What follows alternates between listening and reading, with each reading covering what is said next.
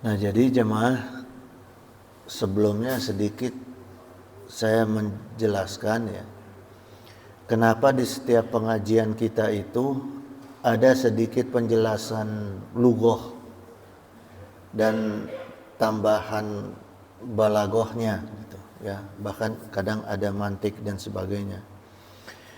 Jadi gini, metode saya mengaji itu karena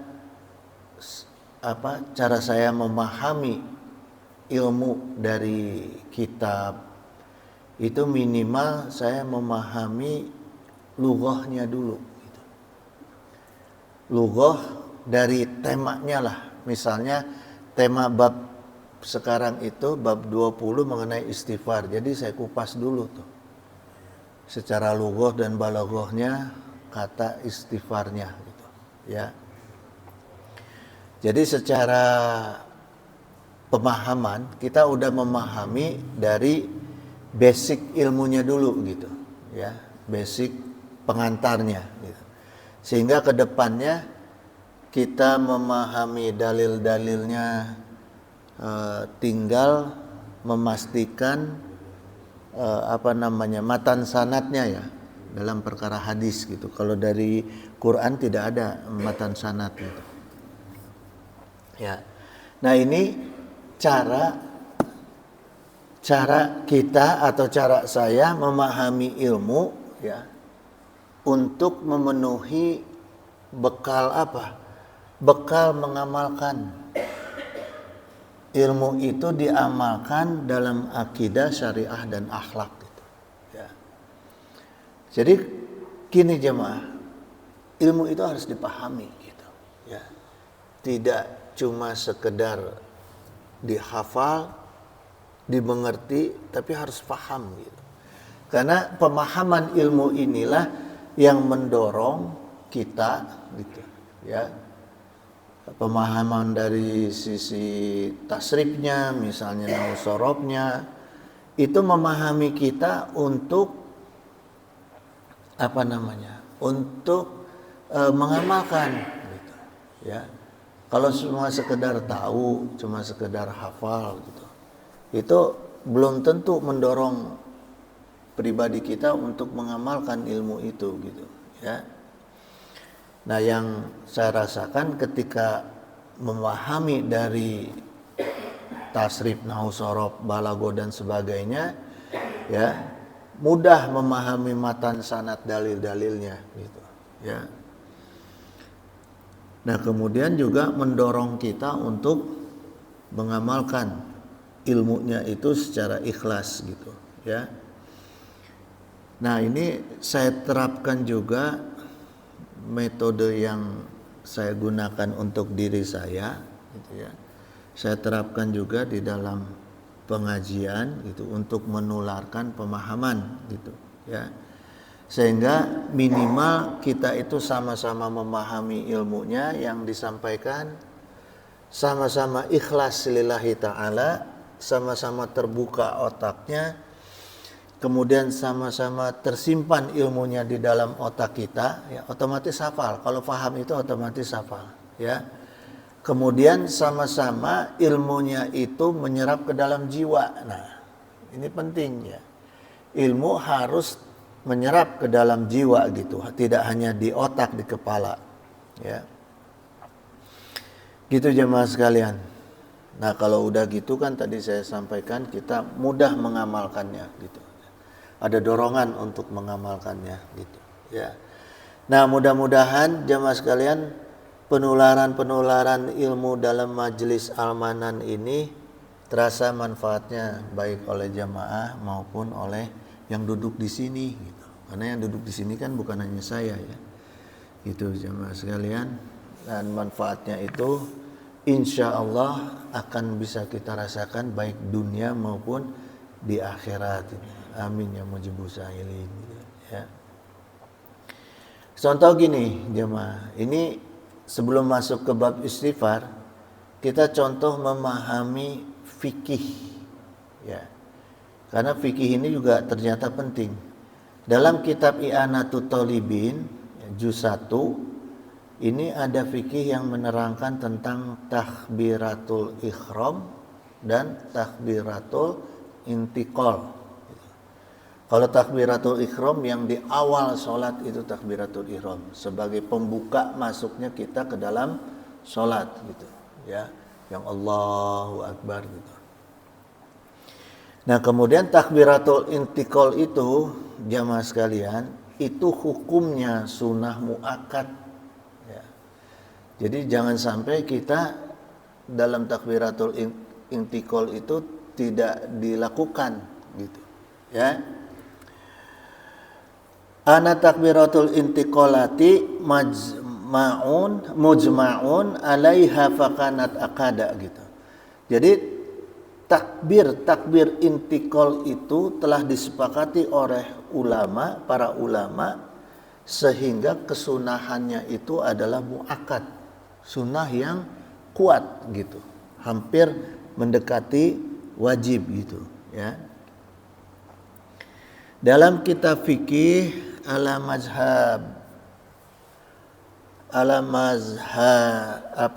mazahib al-bar'ah ya juz 1 halaman 224 ini Syekh Abdurrahman Al-Jaziri, beliau menerangkan as-Syafi'iyatu qalu gitu. Para ulama Syafi'iyah berkata al-akmalu fi sunnati, lebih lengkap lagi di dalam sunnahnya, huwa raf'ul yadaini inda takbiratil ihram, ya. Jadi mengangkat kedua tangan ketika takbiratul ihram itu adalah sunnah muakkad, ya. Yang Allahu Akbar gitu, ya.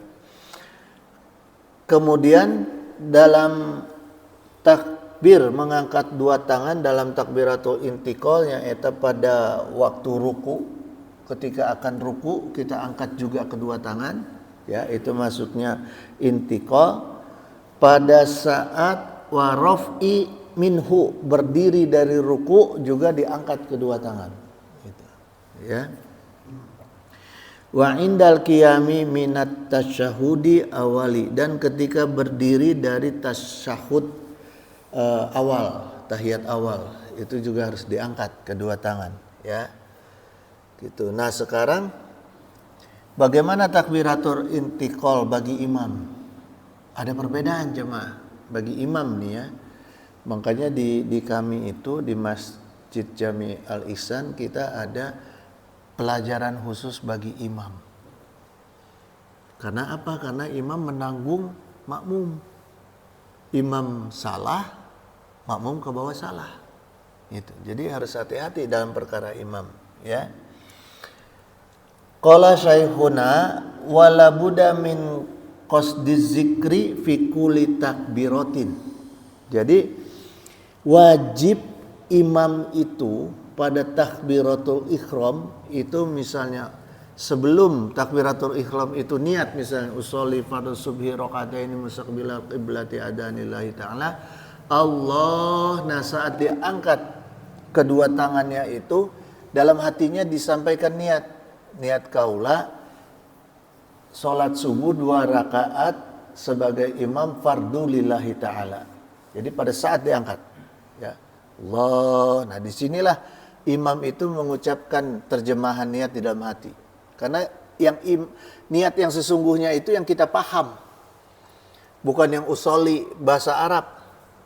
Itu sunnah gitu. Tapi yang sesungguhnya itu yang kita paham. Allah itu kita sampaikan niat. Akbar.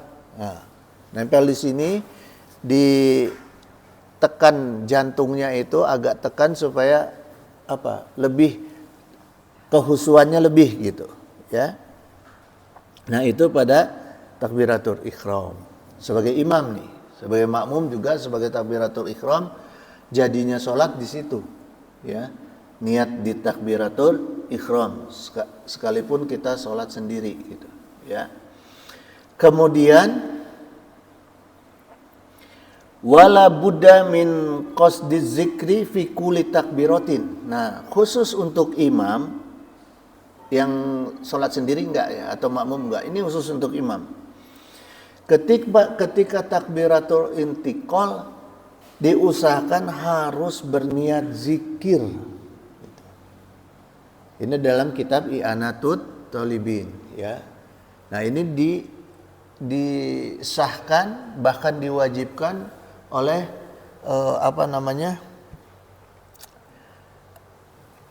Al-Asqani, ya, Ibnu Hajar Al-Asqani gitu.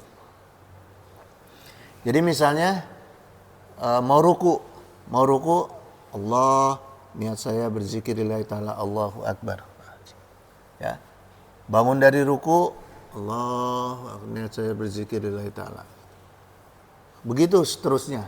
Sekalipun tidak mengangkat tangan, kalau takbiratul intikal itu kan setiap pindah gerakan, ya. Ada yang mengangkat kedua tangan, ada yang hanya sekedar Allahu Akbar. Memang kadang-kadang rada bingung, tapi kalau dilatih terus di dalam sholat-sholat sunnah, insya Allah gitu. Ya, ini khusus untuk imam. Yustarotu asyihatu takbiratil ikhram. Nah, syarat sahnya takbiratul ikhram itu musahabatahu liniyati kama maro zikruhu. Nah, itu seperti yang tadi saya sampaikan. Jadi dibarengin lafaz niat terjemahannya sebagaimana yang telah disampaikan sebelumnya gitu. Ya. Gitu jemaah. Jadi nah terus gimana kalau kita bermakmum kepada imam yang kita nggak tahu dia itu paham atau tidak perkara takbiratul ikhram atau takbiratul intiqal. Husnudzon aja gitu, ya.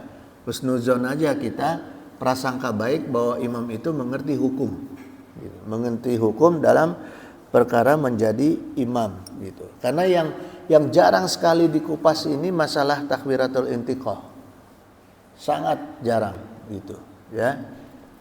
Kecuali di pesantren-pesantren karena kitabnya itu I'anatut Thalibin. Kalau di luar pesantren jarang dikupas itu kitab fikih itu, ya.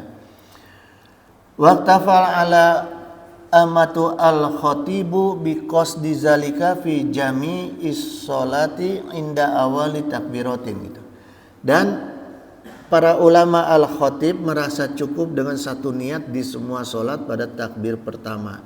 Nah, kalau niat sholat hanya pada takbir pertama, hanya pada takbiratul ikhram gitu. Selanjutnya nggak perlu ada niat gitu. Jadi niat itu diletakkan di takbiratul ikhram gitu, ya. Gitu jamaah sekalian. Jadi itu salah satu pemahaman fikih tambahan yang saya sampaikan. Maka ada baiknya setiap masjid, ya, masjid jami khususnya apalagi itu ada pendidikan imam gitu. Dalam kaidah fikihnya, tauhidnya, tasawufnya gitu. Karena membawa jamaah. Imam itu membawa jamaah gitu, ya. Gitu jamaah. Kadang-kadang kita saya sendiri aja waktu di pesantren itu agak kaget juga gitu mendengar hal ini gitu. Ketika waktu itu kiainya mengupas masalah I'anatut Thalibin, ternyata banyak perkara-perkara fikih yang kita tidak paham gitu, ya. Nah, sekarang kita masuk ke materi ilmu. Ini ditukil dari kitab Musannaf Ibnu Abi Saibah, ya. Beliau salah satu imam ahli hadis. Jadi Ibnu Abi Saibah ini mengutip dari perkataan Sayyidina Ali bin Abi Thalib, ya. An Aliyin qala min kalimatin akhabu ilallahi ayaqula khunal abdu gitu. Di antara kalimat-kalimat yang paling dicintai oleh Allah yang diucapkan oleh para hambanya yaitu pertama, Allahumma la ilaha illa anta. Itu pertama, ya. Yang kedua, Allahumma la a'budu illa iyyaika, ya, illa iyyaka gitu. Allahumma la usriku bika syai'an. Allahumma inni qazalamtu nafsi faghfirli zunubi innahu la yaghfiru zunuba illa anta. Nah, Kalau kita simak tadi jemaah, 4 kalimat tadi yang paling dicintai oleh Allah, kalimat yang diucapkan oleh hambanya itu adalah kalimat yang dimulai dengan Allahumma. Ya, Allahumma. Kenapa Allahumma? Nah, inilah perlu penjelasan kita memahami nahwu shorof dan balaghahnya gitu, ya. Ini saya coba kupas nilai akidah dalam kalimat Allahumma gitu. Karena apa jemaah? Kalau kita nggak paham kalimat Allahumma, kelihatan orang yang berdoa dengan Allahumma tapi dia nggak paham, pasti dia cepet-cepet. Allahumma inna as'aluka rizqan, Allahumma rabbana atina, Allahumma gitu. Tapi tidak diserapi ya kalimat Allahummanya. Sejauh mana makna kalimat Allahummanya itu, ya. Sehingga wajar kalau doa kita tidak diijabah ku Allah. Saya punten-punten jemaah ya, maaf ini. Kalau ada orang berdoa begitu tergusu-gusu, ya, terburu-buru, saya keluar dari doanya dia. Saya berdoa sendiri. Bukan saya menyepelekan orang tersebut, karena memang ada hukumnya doa itu, ya, ada aturannya doa itu. Gitu. Kita amin, sementara orang yang berdoanya itu tidak paham, tidak mengerti apa yang dia doakan. Boro-boro untuk diri dia atau untuk jemaah, untuk diri dia aja dia nggak ngerti. Gitu. Misalnya, ya. Nah sekarang saya kupas Allahumma. Allahumma ya Allah. Jadi kalimat Allahumma itu asalnya dari huruf nida, huruf seru, ya Allah. Kita memanggil Allah.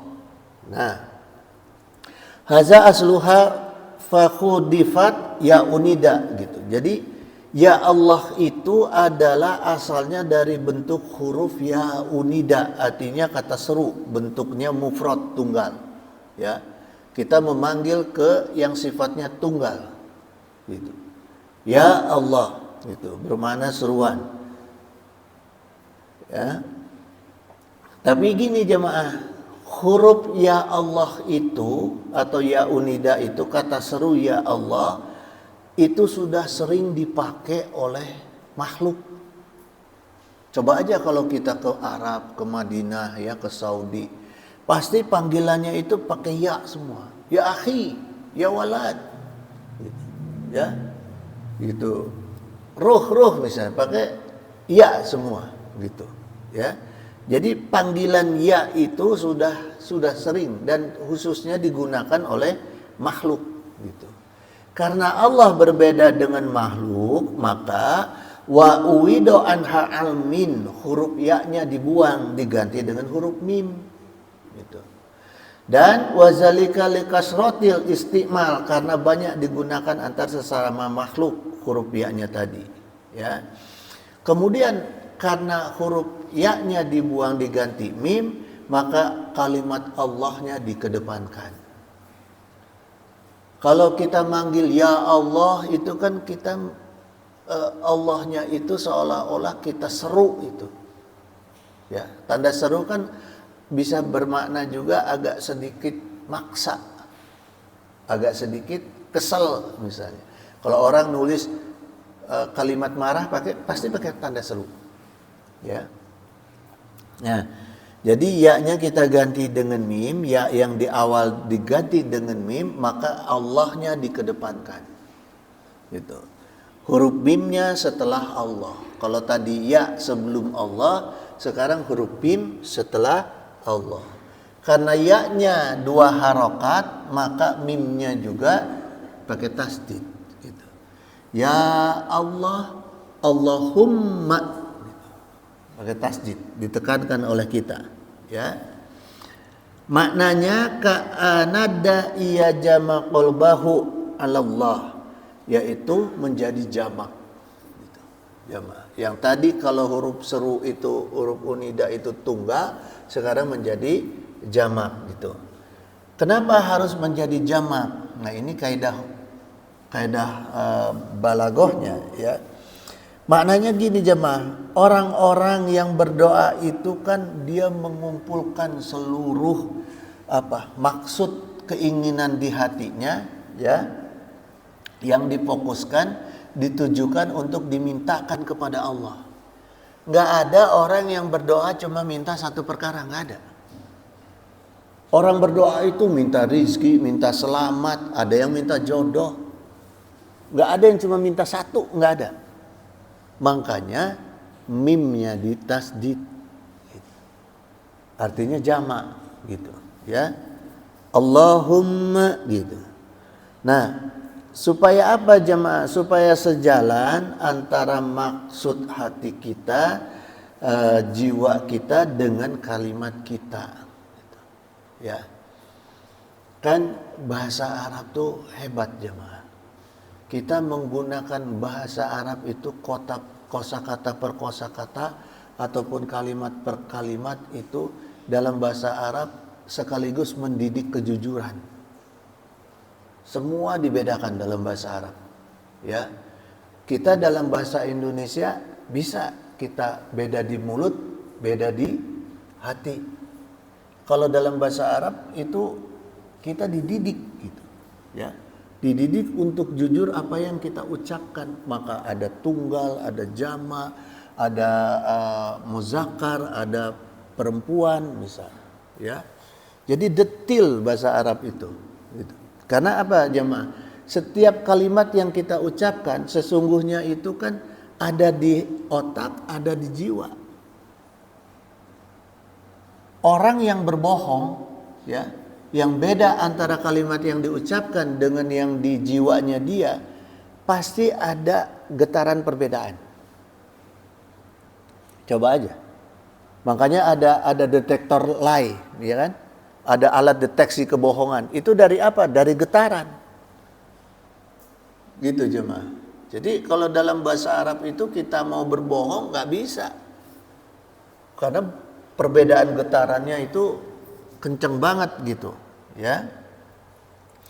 Nah, kemudian kenapa kata Allah itu dikedepankan sebelum mim? Kalau kalimat unida tadi, ya-nya di depan, Allahnya yang ke belakang. Nah, ini jamaah ya. Ini bermakna gini. Kalau kita manggil kepada orang yang kita muliakan, ya. Itu kita misalnya ke presiden aja yang kita muliakan misalnya ya, atau ke raja atau ke siapa, ke manusia lah pokoknya ya, kita minta rezeki misalnya presiden, atau kita panggil namanya, Fulan presiden, saya minta rezeki dong, minta duit dong, atau pinjam duit dong, coba ya, kira-kira dikasih nggak? Nggak dikasih. Kadang nggak ada kesopanannya, nggak ada kesopanan, ya. Makanya Allahnya dikedepankan, gitu, ya, gitu jemaah. Jadi maknanya seperti itu kira-kira, ya. Jadi digunakan kata Allahumma di dalam doa itu mengandung beberapa makna.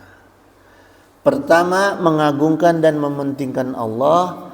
Yang kedua, ngalap barokah. Yang ketiga, bermakna jamak, artinya mengumpulkan seluruh maksud hati ya untuk dimintakan kepada Allah.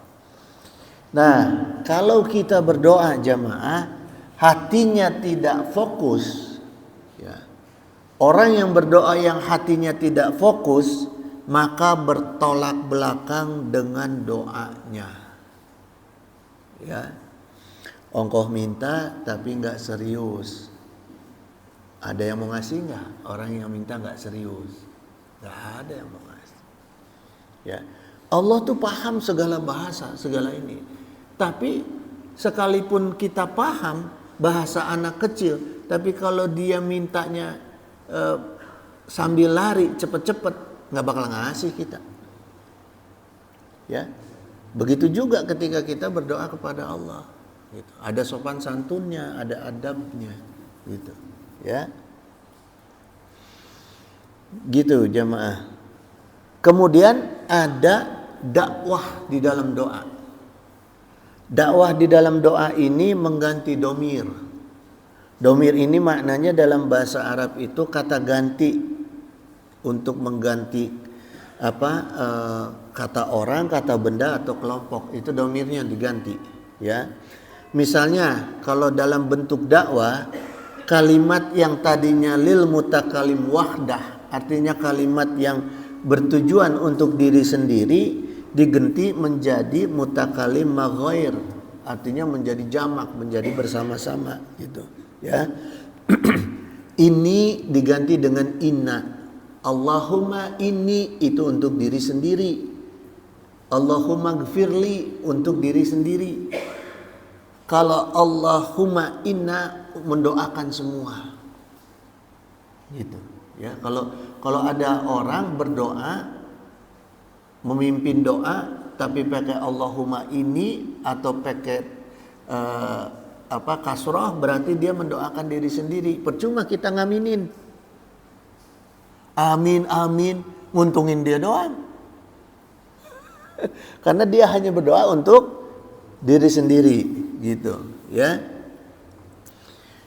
Yang benar itu kalau berjamaah inna nas'aluka atau pakai fathah. Allahumma anta robbi la ilaha illa anta khalaqtani. Nah itu daripada kalimat astagfirullahalazim yang lebih dicintai kepada Allah, kita mohon ampunan dengan menggunakan kalimat Allahumma, maka disebut sayyidul istighfar. Allahumma anta rabbi la ilaha illa anta khalaqtani gitu ya. Wa ana abduka wa ana ala ahdika wa ahdika mastata'tu dan selanjutnya ya, gitu jamaah. Jadi ketika kita doa menggunakan inna nas'aluka artinya bersifat jamak dan umum, maka doa kita itu mengandung makna dakwah. Kenapa? Karena kita mendoakan orang banyak, tidak hanya mendoakan diri sendiri gitu ya. Gitu jamaah sekalian, sebagai pembuka mukadimah. Nah sekarang kita kupas kitab Tanqihul Qaulnya ya. Wa qala Nabi sallallahu alaihi wasallam iza kasura ala ahadikum zunubu gitu. Kalau salah seorang dari kalian itu banyak dosa, falyatlu bil maghfirata bil istighfari, maka mintalah ampunan dengan istighfar. Ini dosa-dosa yang kecil ya. Dosa-dosa yang kita tahu tapi yang kecil. Wa fi lafdin min nashi hazal kitabi gitu. Dalam satu salinan naskah kitab ini redaksinya iza kasurat zunubu ahadikum.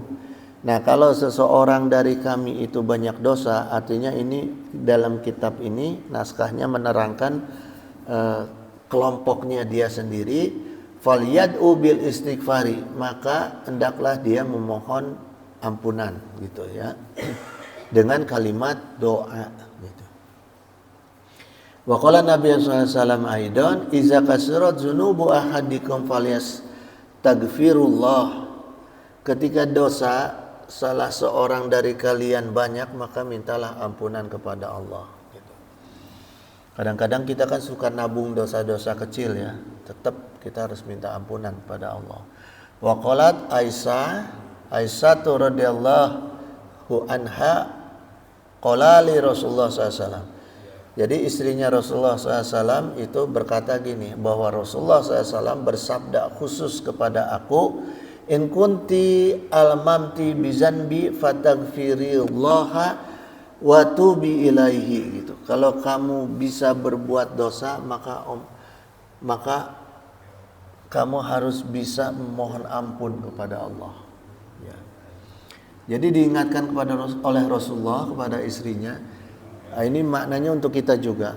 Kalau kita bisa mampu berbuat dosa, maka kita juga harus bisa dan mampu beristighfar dan bertobat.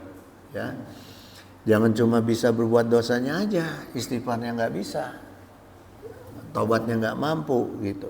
Ya, Harus diimbangi, harus punya ilmu keseimbangan. Fa inna taubata min zanbin nadamu wal istighfaru. Karena bertobat dari dosa itu dua hal. Pertama, anadmu artinya menyesal. Yang kedua adalah istighfar. Jadi isinya tobat, intinya tobat, ya. Pertama menyesal, atau batu nadmu, menyesal. Kemudian istighfar, ya. Gimana kalau cuma istighfar aja, nggak ada menyesal, nggak jadi. Karena at-taubatu nadmu ini bagian dari rukun, seperti haji. Al-hajiyun Arafah. Haji itu rukun utamanya adalah wukuf di Arafah. Sekalipun kita muter-muter, ya. Makanya perbedaan umroh dengan haji itu hanya satu. Ya, tidak ada wukuf. Ya, tapi kalau ada wukuf itu haji. Haji ada waktunya, umroh tidak ada waktunya. Ya, mau kapanpun kita bisa umroh. Gitu. Maka itu rukun utama. Jadi taubat juga kalau hanya istighfar astagfirullah 1000 kali nggak ada menyesalnya, nggak jadi. Ya, Allah nggak bisa ditipu. Gitu. Kalau kita hanya istighfar aja tidak ada penyesalannya, itu nipu diri sendiri namanya. Gitu. Ya, gitu jemaah. Nah, sekarang perhatikan nih, nyambung dengan mukadimah tadi. Wa kana sallallahu alaihi wasallam yaqulu fil istighfari. Rasulullah SAW ketika beristighfar, beliau mengucapkan doa, Allahumma gfirli khati'ati wa jahli wa israfi fi amri. Ya. Rasulullah menyampaikan, Allahumma, wahai Allah, ampunilah kesalahanku dan kebodohanku dan keberlebihan dalam perkara. Jadi ketika kita mohon ampun kepada Allah, bukan hanya kesalahan, kebodohan, tapi juga sikap berlebihan juga harus dimintai istighfar, harus dimintai ampunan. Sikap berlebihan apa? Makan kelebihan sampai mual-mual. Nah, harus ditobati itu jemaah. Jangan mentang-mentang makan nasi sampai mual-mual, tetap jatuhnya haram. Perkara-perkara yang berlebihan itu jatuhnya haram. Apalagi sampai muntah. Gitu. Ya. Wa ma anta a'lamu bihi minni gitu. Dan apa yang engkau lebih mengetahui daripada aku. Kita juga mohon ampun kepada Allah dari perkara-perkara yang kita nggak tahu, yang Allah pasti tahu. Jadi jangan sok tahu. Ya, jangan sok tahu kalau perkara kita hubungan dengan Allah, termasuk perkara minta ampun pada Allah gitu. Ya, makanya di tahajud kan ada gitu. Wa ma anta a'lamu bihi minni. Ya, kita minta ampun kepada Allah dari perkara-perkara yang kita tidak ketahui, yang hanya Allah ketahui. Ya, Allahumma gfirli jadi wa hazli wa khoto'i wa amdi wa kullu zalika indi gitu. Wahai Allah, ampunilah diriku ketika dalam keseriusanku, ya. Wa hazli wa khoto'i dalam apa nih? Hazli itu artinya apa? Bercanda, ya. Bercanda, humor itu harus dimintai ampunan jemaah. Kadang kan kita suka bercanda nih. Ya, kita nggak sadar bercanda itu, ngobrol sama orang kita bercanda, tahu-tahu nyinggung orang, kena nggak hablum minanas itu? Kena. Jadi jangan salah jemaah, habis bercanda itu kita harus minta maaf. Makanya kalau mau bercanda yang benar itu difikir dulu, baru disampaikan. Kadang-kadang kan kita mau bercanda, maksudnya bercanda, jatuhnya nyela. Nah itu hati-hati. Gitu. Kepada manusianya, belum minanasnya tetap kita harus minta maaf.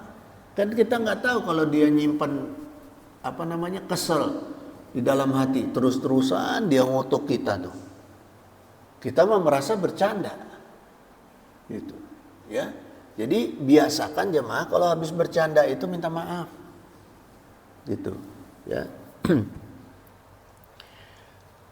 Ada gini, di dalam surat Yasin ada inna nahnu nuhyil mauta wa naktubu ma qaddamu wa atharuhum. Allah mencatat perkara-perkara yang ketika hari itu kejadian kita. Ya, itu Allah catat. Ada perkara yang sifatnya atharuhum, perkara yang akibat yang ditimbulkan dari kelakuan kita. Nih, misalnya ya kita bercanda tadi. Ketika kita bercanda, kita nggak tahu akibat dari bercanda kita itu yang kita timbulkan tuh apa. Rasa sakit hati orang, misalnya, atau juga misalnya ada perkara-perkara buruk yang diikuti oleh orang, ya. Nggak gampang jadi ulama, jadi ustadz, jadi kiai, jadi habib yang ngaku-ngaku habib. Hati-hati ketika dia sampai merusak akidah, syariah dan akhlak umat, ya, itu kalau nggak dimintakan ampun, maka itu jadi dosa asarohum, termasuk juga artis jemaah. Sekarang kebiasaan orang itu kalau ada yang meninggal, ahli warisnya, keluarganya hanya menyampaikan mohon maaf kalau ada kesalahan almarhum. Mohon melunasi hutang-hutangnya, kalau ada yang punya hutang dilunasi oleh keluarga. Tapi ada satu yang tidak disampaikan. Kalau ada kelakuan yang tidak baik, kelakuan yang dilarang oleh agama yang menjadi contoh, itu juga harus minta dihapuskan, jangan diikuti. Maka berat jemaah jadi artis tuh. Harusnya ketika ada artis yang meninggal tuh keluarganya tuh nyampaikan. Kalau ada kelakuan-kelakuan, misalnya artis biasa pakai celana disobek di dengkul, akhirnya diikuti anak-anak muda, celananya disobekin di dengkul, kan itu aurat, ya. Atau terus dia pakai anting, diikuti oleh anak-anak muda, nah dia mati. Selama yang ngikuti dia itu masih melakukan perkara maksiatnya, dia ngalir dosanya ke dia. Hati-hati jemaah, sekalipun dia tobat. Maka harus ada yang menyampaikan, mewakilkan. Dari artis itu, selain masalah minta maaf, selain masalah hutang piutang, kemudian sampaikan kalau ada perkara-perkara negatif, perkara yang dilarang oleh agama yang menjadi contoh, mohon tidak diikuti, dihapuskan mulai sekarang, jangan diikuti. Itu ya. Kita juga punten-punten nih kalau punya orang tua tokoh, kemudian kan tokoh suka diikuti, ya sampaikan aja. Karena orang kan banyak punya salah yang diikuti oleh orang lain, gitu. Maka meningkatnya jangan jadi tokoh, gitu. Ya, gitu jemaah. Wa qala aidan Allahumma ighfir li ma qadamtu wa ma akhartu wa ma asrartu wa ma a'lantu. Kemudian Rasulullah sallallahu alaihi wasallam juga ketika berdoa, mohon ampuni aku dari dosa-dosa yang sudah dilakukan, dari dosa-dosa yang belum dilakukan, dan dari semua dosa-dosa yang disembunyikan dan dosa-dosa yang ditampakkan, gitu. Dosa-dosa yang disembunyikan itu dosa-dosa yang ada di pikiran, yang ada di hati, gitu, ya. Wa ma'alantu wa ma anta alamu bihi mini antal muqaddimu wa antal muakhiru. Dan dosa-dosa yang Allah lebih mengetahui daripada aku, gitu. Allah yang maha mendahului dan Allah yang maha mengakhiri. Ini semua ada di dalam doa tahajud. Wa anta kulli syai'in qadirun, dan Allah lah yang maha kuasa atas segala sesuatu. Kaza Ihya. Jadi kalimat-kalimat ini ada diterangkan dalam kitab Ihya, ya. Ihya Ulumuddin Syekh Nawawi Al-Bantani. Kemudian jamaah fidakumullah, wa qala Nabi sallallahu alaihi wasallam al-istighfaru yaqulu zunuba kama ta'kulu narul khotobal ya bisa. Jadi istighfar itu membakar dosa-dosa bagaikan api membakar kayu bakar yang kering, cepat. Ya.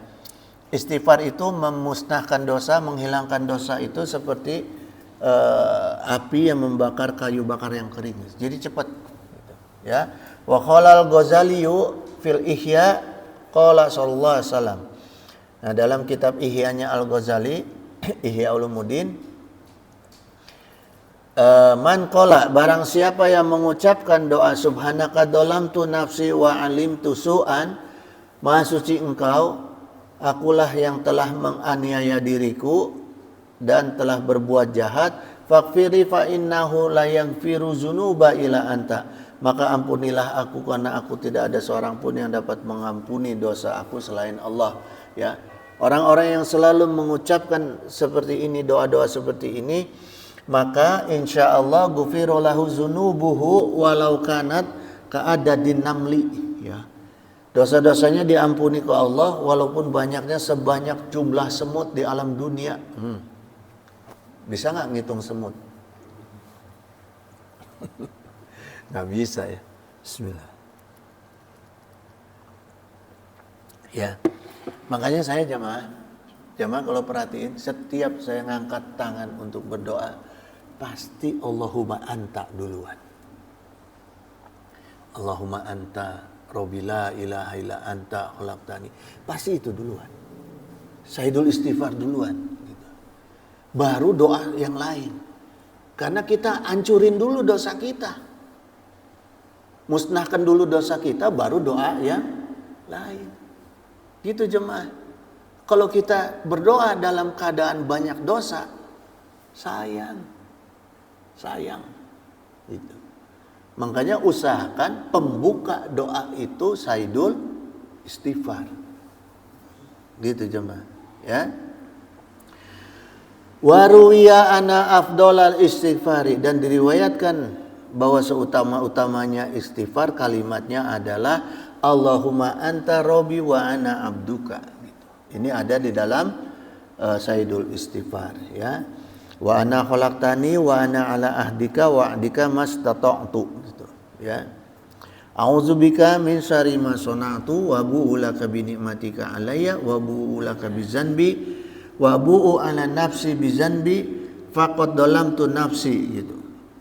Wa taraftu bi zanbi faghfirli dzunubi ma qadamtu minha, gitu. Nah, ini semua dirangkum ke ulama menjadi sayyidul istighfar, ya.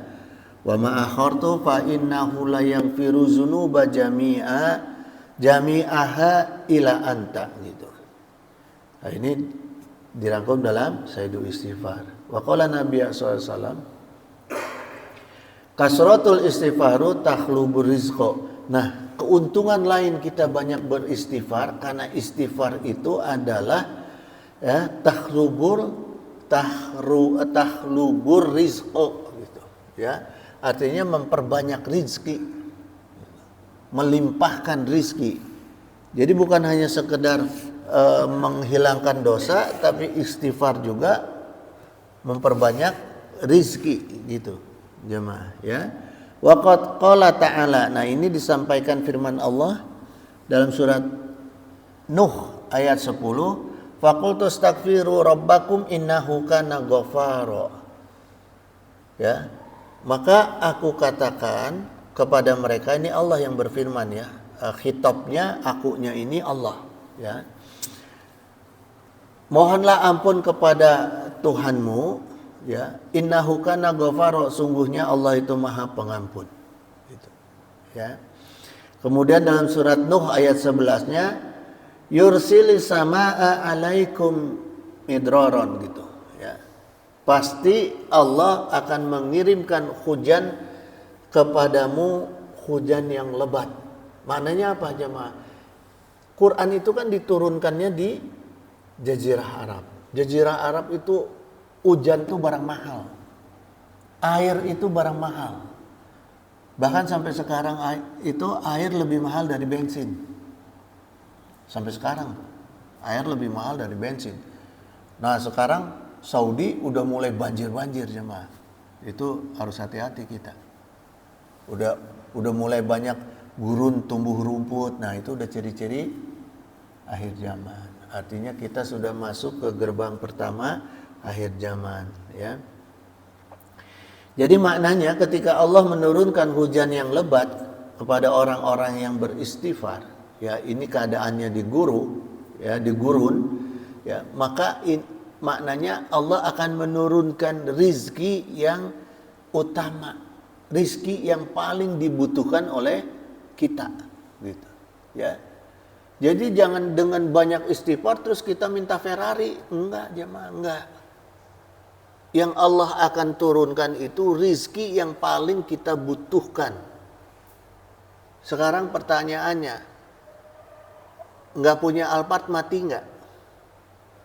Enggak. Enggak punya makanan mati enggak? Enggak punya minuman mati. Jadi yang Allah akan turunkan rizki utama kita itu kita dijaga dari kelaparan, kita dijaga dari kehausan. Ya. Jangan kayak gaya orang kafir minta ke Tuhannya Ferrari, Bentley, segala macam. Nggak usah. Ya. Coba. Giliran kebakaran tuh California, nangisnya nggak guguk gitu. Ya. Orang Gaza, coba orang Gaza dibom di apa? Allah, la ilaha illallah.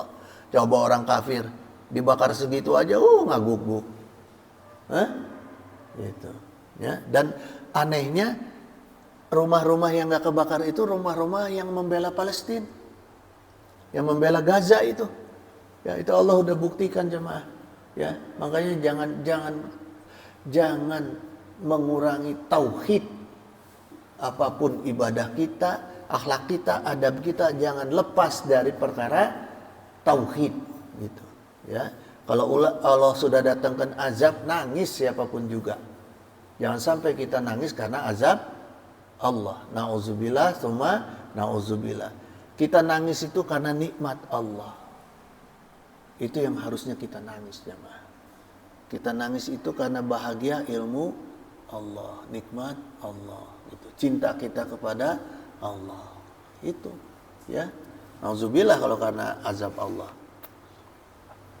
Kemudian surat Nuh ayat 12-nya wa yumditkum bi amwali wa banina gitu. Dan Allah akan memperbanyak orang-orang yang suka istighfar itu akan diperbanyak hartanya dan anak-anaknya. Ya, artinya insya Allah keturunan-keturunan kita juga insya Allah akan diberi rizki ke Allah. Jadi kita nggak perlu galau nih nanti kalau saya meninggal anak saya siapa yang ngasih makan, nggak perlu. Karena Allah yang jamin, ya. Selama kita hidup mendawamkan istighfar. Wa yaj'al lakum jannatin gitu, dan mengadakan untuk kamu kebun-kebun.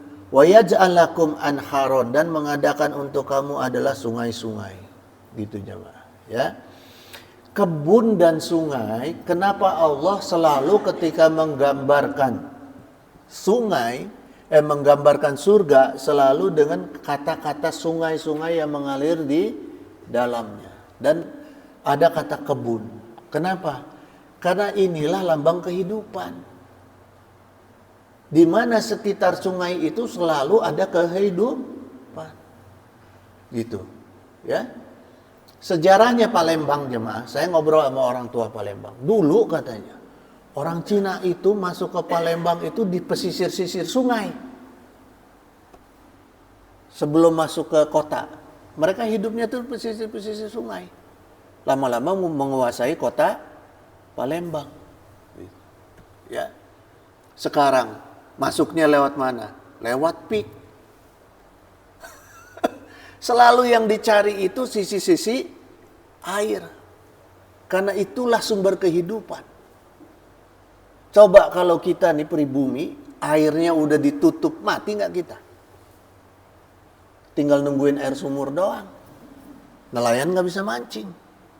Gitu jemaah. Ya. Ini digambarkan oleh Allah. Orang kafir lebih paham. Makanya strategi dia kuasai dulu air, sumber-sumber air. Ya. Perang Badar kenapa Rasulullah menang? Kuasai dulu sumurnya. Ya. Gitu jemaah. Kemudian dalam kitab Sirajut Thalibin disebutkan ya. Iza sholaitus subhi fa'aksiru minal istighfari gitu ya. Ketika kalian selesai menjalankan sholat subuh, maka perbanyak membaca istighfar gitu. Ya. Jadi kalau pada sholat subuh itu perbanyak istighfar jemaah. Faqulna ya Rasulullah alimna syai'an nastaghfirullah bihi. Kemudian kami berkata, ini para sahabat berkata kepada Rasulullah, wahai Rasul, ajarkan kepada kami sesuatu untuk kami memohon ampunan kepada Allah. Rasulullah mengajarkan doanya yaitu Allahumma inni nastaghfiruka wa natubu ilaika min kulli zanbin alimnahu au na'lamhu fi lailin au naharin gitu ya. Faman wadaba alaihi fatahallahu baban minar rizqi wa ghalaqa anhu baban min abwabil faqri gitu. Siapa yang selalu membaca doa ini, kata Rasul ya, sabdanya Rasul, kalau kita nggak hafal doa ini, dawamkan doa Sayyidul Istighfar ya. Ini sama, masuk ke dalam janjinya Rasul ya. Siapa yang selalu membaca doa ini, maka Allah akan selalu membukakan pintu rezeki untuk dia, dan Allah akan selalu mengunci pintu kefakiran. Nah, itu jemaah ya. Jadi ada yang lebih baik daripada daripada istighfar adalah Sayyidul Istighfar gitu jemaah sekalian. Kemudian jemaah, ini penutup nih ya, karena nanti akan ada pengumuman dari pengurus DKM. Kaza fi Riyadis Shalihin ya, dalam kitab Riyadus Shalihin waqala sallallahu alaihi wasallam aksiru minal istighfari ayat makruni bitaubatis sohehi. Bersabda Rasulullah SAW, perbanyaklah istighfar yang diikuti dengan tobat yang sebenar-benarnya. Ya. Jadi dijelaskan istighfar itu harus diperbanyak, tapi harus diikuti dengan penyesalan yang sesungguhnya dan tobat yang sesungguhnya. Jadi jangan hanya istighfar di mulut aja gitu ya. Kemudian jemaah, aksaru mina istighfar, memperbanyak istighfar itu ya, itu akan menjadikan ayat istighfari ya, itu akan membuka jalan keluar ya, akan membuka jalan keluar, kemudian akan membuka jalan keluar dari setiap kesedihan dan kesusahan, kemudian akan memberi rizki ya, min haitsu la yahtasib, akan diberikan rizki dari arah yang tidak disangka-sangka. Karena gini jemaah ya, setiap kita punya perkara apapun, punya masalah apapun, baik sedih atau susah, perlu rizki, betul nggak? Orang susah, orang sedih, nggak ada rizkinya, bisa nggak keluar dari kesedihan, dari kesusahan? Nggak bisa.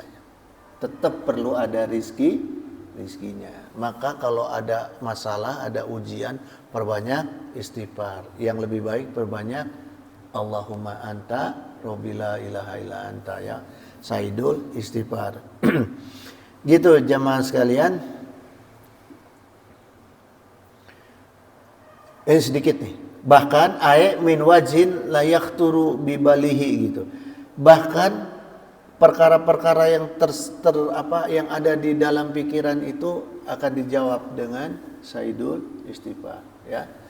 Gitu jemaah sekalian, saya tutup dulu pengawasan hari ini, dan kemungkinan sebentar ini ada pengumuman ya. Kayaknya pengajian hari ini adalah penutup ya adalah penutup apa istilahnya Kang? Akan ya billing ayat pengumuman daripada ayat pengumuman ya. Innahu samiun qaribun mujibud da'wat wa yaqdi hajat subhanaka allahumma wa bihamdika asyhadu an la ilaha illa anta astaghfiruka wa atubu ilaik. Wallahul muwaffiq ila aqwamit thoriq. Wassalamualaikum warahmatullahi wabarakatuh. Waalaikumsalam warahmatullahi wabarakatuh. Alhamdulillah. Assalamualaikum warahmatullahi wabarakatuh. Alhamdulillah pada pagi hari ini